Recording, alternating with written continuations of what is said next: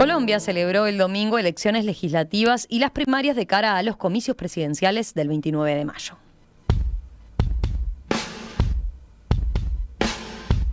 ¿Qué se destaca en los resultados? La mayor votación en la historia de la izquierda, liderada por Gustavo Petro, ex senador y exalcalde de Bogotá.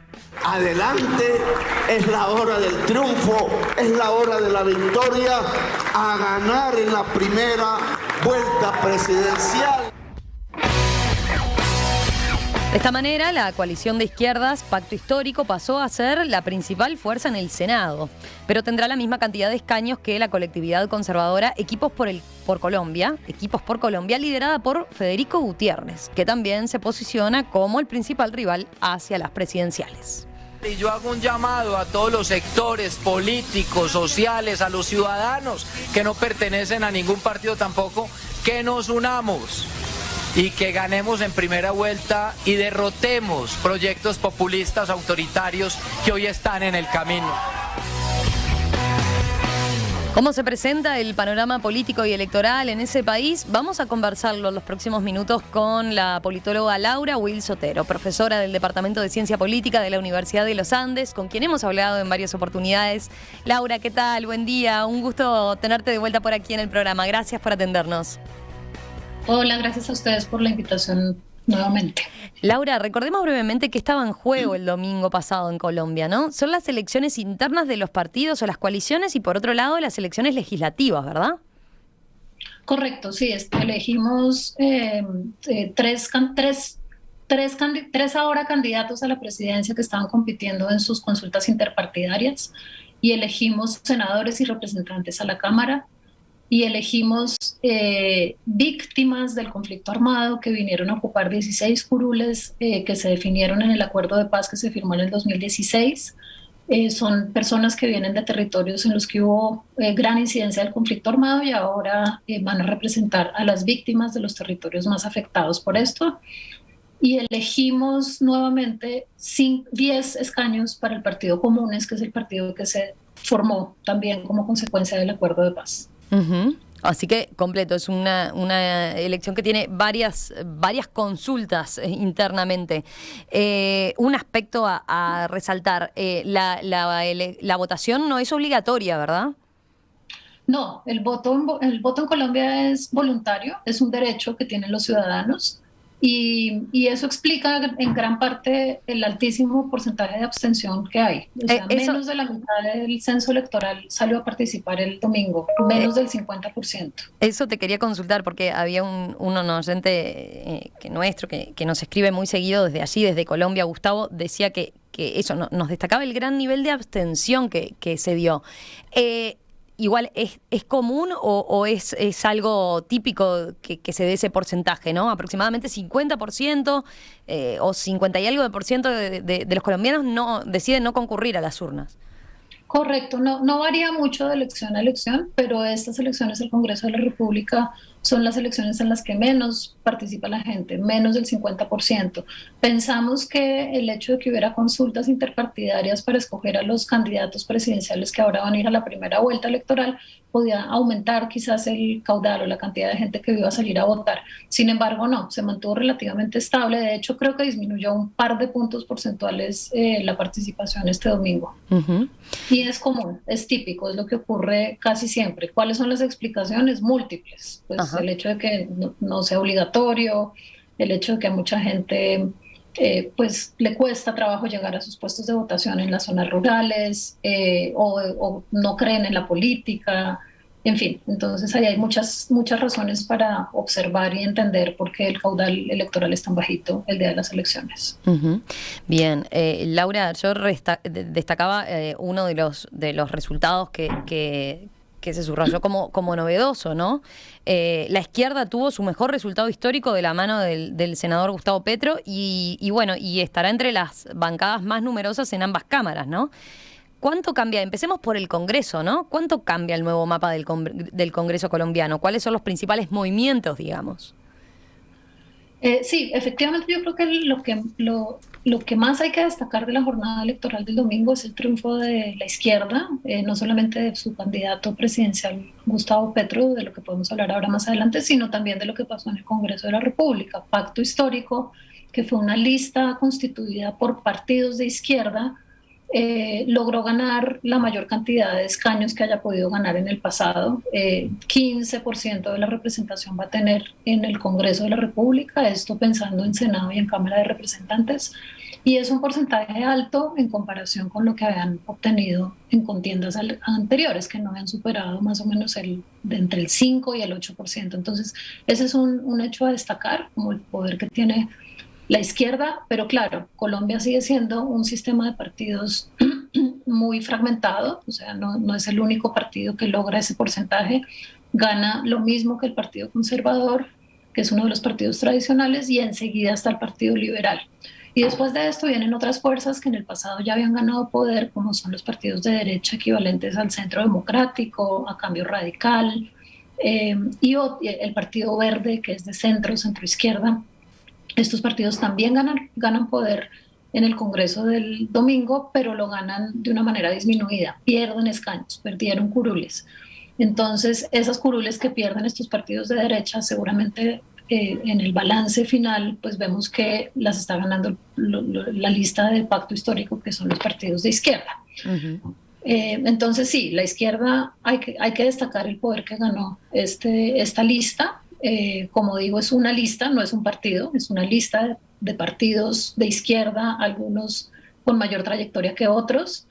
Lo que nosotros le llamamos una coalición, por ejemplo, que se conformó específicamente para esta instancia electoral. Sí, se conformó para esta instancia electoral, pero suma partidos que ya habían participado en las elecciones anteriores y que habían ganado algunos escaños. Acá el sistema electoral exige a los partidos políticos que participan en la contienda para el Senado obtener por lo menos el 3% de los votos válidos para poder entrar en la repartición de escaños. Hay un umbral, ese umbral electoral del 3% en Senado, pues es bastante exigente. Uh-huh. Y en función de ese umbral, pues los partidos establecen sus estrategias electorales. Entonces, en este caso, lo que hicieron estos partidos de izquierda fue coaligarse, fue unirse en esta coalición que les permitió unir fuerzas y eso, sin lugar a dudas, les ayudó a pasar ese umbral. Si se hubieran ido uno a uno, independientes, cada uno por aparte, de pronto hubieran tenido muchas dificultades en ganar el umbral, en pasar el umbral y poder ser parte de la repartición de escaños, que fue lo que le pasó a algunos partidos que compitieron el domingo, que no lograron pasar el umbral y que finalmente entonces no pudieron obtener poder político. Claro. Entonces esa fue una estrategia que les funcionó bastante bien. Además fue una lista cerrada. En Colombia los partidos pueden decidir presentar listas cerradas o listas con voto preferente, en donde los ciudadanos elegimos a nuestro candidato favorito. Uh-huh. O pueden decidir, y los votantes también podemos tomar decisiones. Los votantes podemos decidir votar por el partido o votar por el candidato preferido cuando así lo haya establecido el partido político.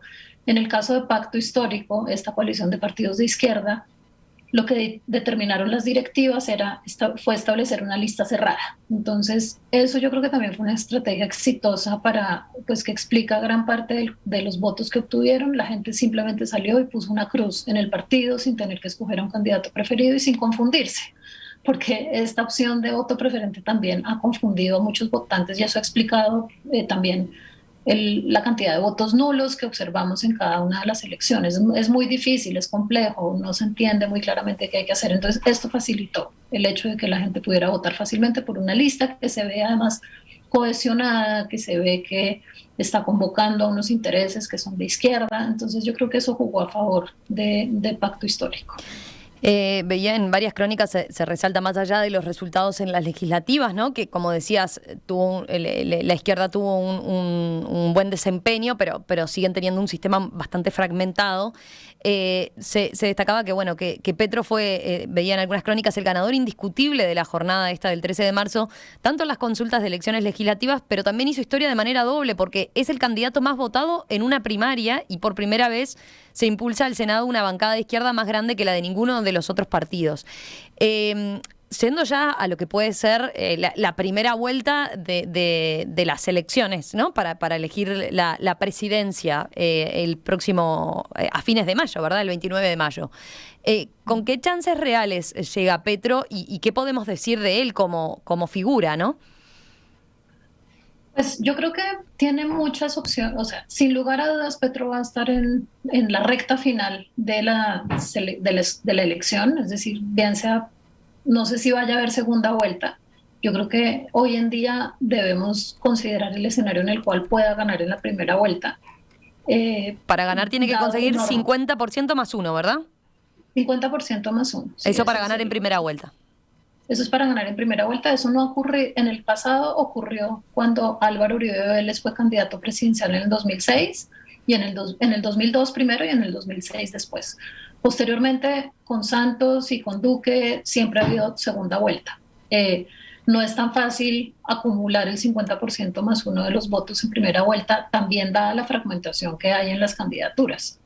En este momento va a haber por lo menos 5 candidatos aspirando en la primera vuelta va a haber 5 candidatos aspirando a ser elegidos como presidentes. Entonces no es fácil acumular el 50% más uno de los votos. Sin embargo, Petro, así como la derecha y el centro, en este momento lo que van a hacer es a empezar a tener acercamientos con los partidos políticos que no estuvieron en esas coaliciones interpartidarias para ver si los logran atraer. Entonces, Petro seguramente va a estar conversando con el Partido Liberal, seguramente va a estar conversando con la Alianza Centro Esperanza, que es el partido de centro, seguramente va a estar conversando con el Partido Comunes, que es el que se derivó del acuerdo de paz de las FARC con el gobierno nacional, mientras que Fico Gutiérrez, que es el candidato de la derecha, también va a estar haciendo conversaciones con varios de los candidatos que se perfilan entre el centro y la derecha. El centro está muy débil.